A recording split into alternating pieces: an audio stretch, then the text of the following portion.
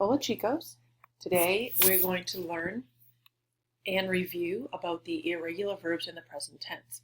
Notice on the slide here, you can refer to page 3 or the para empezar part in the textbook to basically use as a resource, okay? So let's get going. Okay, so here we go. Remember that some verbs in Spanish are irregular in the first person singular of the present tense. Let's take a look at these examples.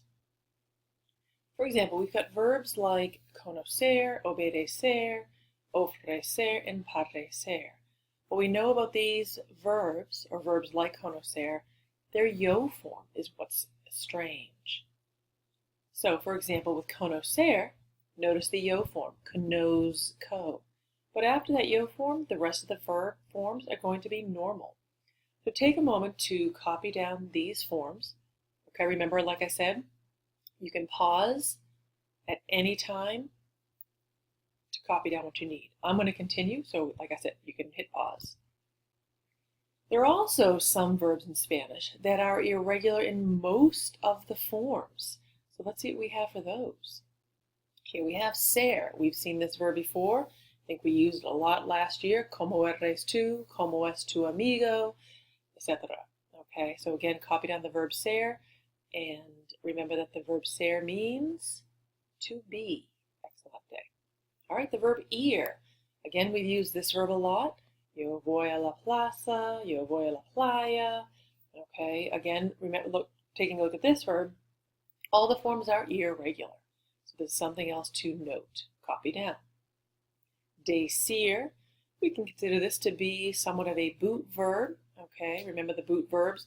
Whatever's inside the boot is where the spelling change or the root changes. Decir means to say or to tell. Estar. Again, notice what I've put in red here.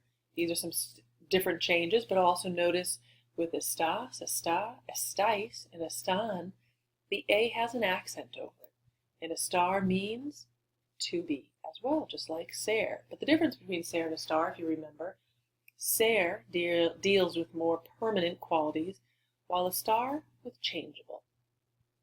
Oír.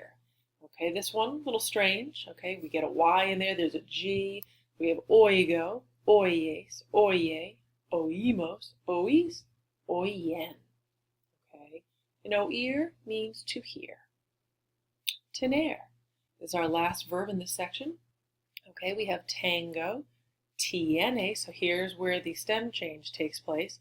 Tiene goes back to being a normal verb for tenemos and tenéis, but back to a boot for tienen. And again, tener means to have. Okay, in our last slide, a few things that you'll need to do tonight for some extra practice and for homework. Core page 1 and the big book pages 5 and 6. And let's take a look at the irregular verb practice. Okay, it's going to take us right to this page here. Okay, perfect. Okay, so you're going to get a few moments, or again, like I said, you can pause this. I'm going to finish here, but what you need to do is decide which verb of the choices here makes the most sense, and then you need to conjugate the verb into the present tense. Buena suerte, nos vemos mañana. Adiós.